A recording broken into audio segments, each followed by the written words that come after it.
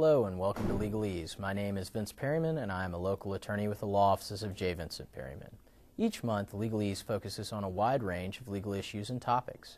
Today's show covers estate planning. With us now is attorney Angela Lawson of the law offices of J. Vincent Perryman. Angela, thanks for being with us today. Everybody always hears the buzzword of estate planning, whether you're hearing it from a financial provider or a stockbroker, which I guess those are now wealth management guys, is what they're buzzing themselves as. But what really is estate planning? Well, estate planning, it's an area of law that it's an area that involves many different types of law. And it's something that you have to, you want to go through to achieve your testamentary goals and your wishes upon your death. And so it's something that you want to go and talk about and, find out all of your assets and what you're going to do with them when you die. Okay, so basically it's planning for what happens when you pass away. And why is that important? Well, it's important because it's something that you need to make a priority today. You have all of your things and your belongings and your real estate, and you don't know what's going to happen to it when you die. It's not something that you like to plan for, but death is something that surprises us all. It could happen today, or it could happen 30 years from now. It's something that's really important also because, as it stands, the state already has a plan for your things, but that might not be a plan that you are satisfied with or what you want to happen to your belongings or your property. So you want to create a plan for yourself so you know where your things are going to go. Okay, so when you say the state has a plan for what happens, you're saying if you haven't left some testamentary document behind saying what goes to who, then the state comes in and divides it? Exactly. There are many statutory provisions out there that the state decides your property is going to go this way to your heirs at law, your children or your spouse.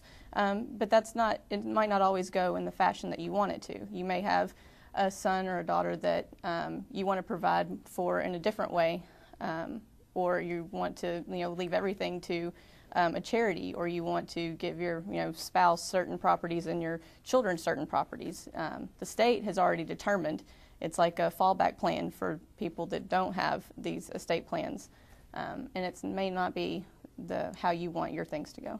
Okay, and with the estate planning, what sort of questions is it that you're answering as you do this planning for what happens? Well, estate planning covers a variety of topics. You want to look at, it'll tell you where are your assets going to go when you die, who will inherit them. You look in how you're going to pass your assets on to your beneficiaries. Are they going to take all of your estate, or are they just going to take part of it? Do you want to split it among your children? And how to preserve your assets in your state, to cover, there's taxes that come into play. There's all different kinds of issues with how your assets are going to be handled. You want to look at how your assets are going to be managed if you can't manage them yourself because of an incapacity or an illness of some sort, and that's another aspect of estate planning that you look at. Also, how your health care will be managed. That's an issue if you become to a point where you can't manage your own health care, make decisions for yourself. Someone will have to step in and make those decisions for you, and that's all part of this estate planning.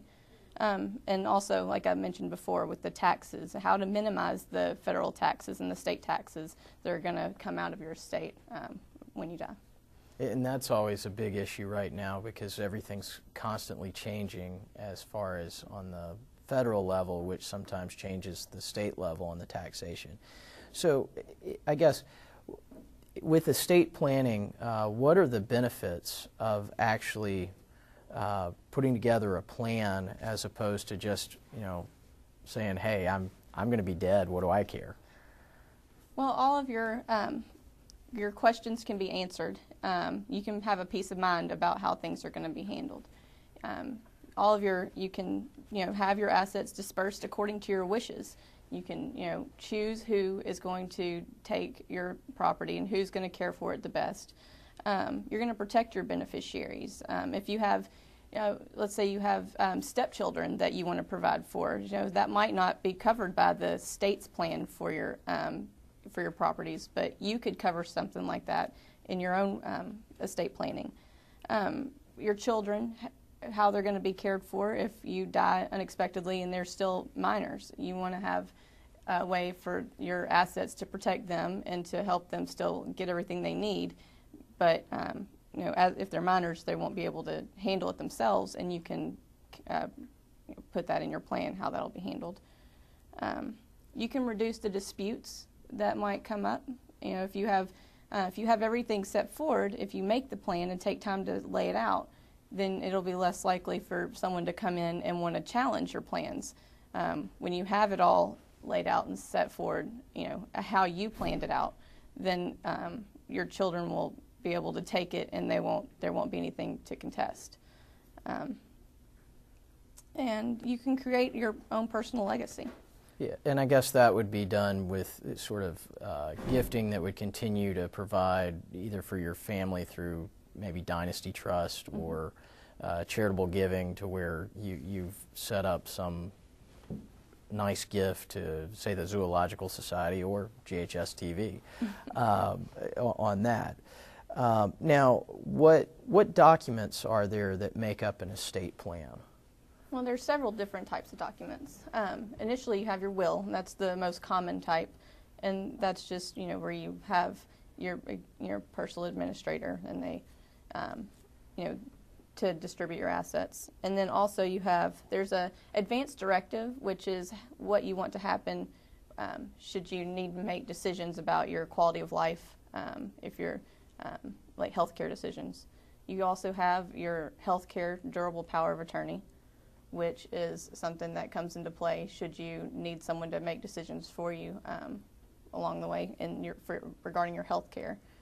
And you also have your financial durable power of attorney, which will help take care of all of your financial assets should you be incapacitated or need someone to do that for you. And then there's also living trusts that you can set up to help take care of your assets as well.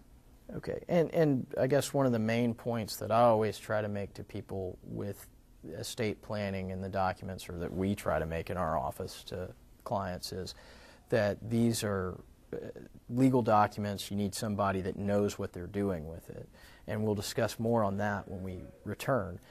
We'll continue our discussion about estate planning when we return. Please stay with us.